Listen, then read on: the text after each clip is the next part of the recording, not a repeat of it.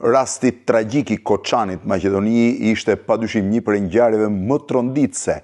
jashtë lufte që ka ndodhur në Ballkan këto dekadat e fundit. Ishte një ngjarje dramatike që jo vetëm mori jetën e 59 personave deri tani dhe gjendjen e rëndë, pra plagosjen e shumë personave të tjerë, bilanci e ndesh provizor dhe askush nuk di ndoshta ta thot me saktësi se sa mund të shkojë ai.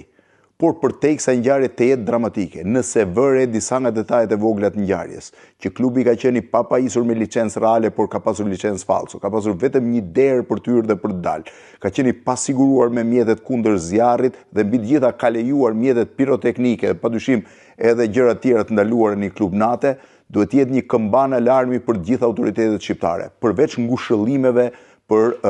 autoritetet maqedonese dhe për familjarët të cilët humbën tragjikisht fëmijët në këtë ngjarje. Për te ngushëllimeve, shteti shqiptar duhet ngrihet në alarm për të verifikuar një për një gjitha licencat e klubeve të ngjashëm, për të parë nëse ato i plotësojnë kushtet antizjarr, nëse ato plotësojnë kushtet e largimit dhe të evakuimit të personave që janë, pra të klientëve që janë të ftuar. Nëse janë ato me standardet e domosdoshme të mbrojtjes së personave të klientëve të tyre.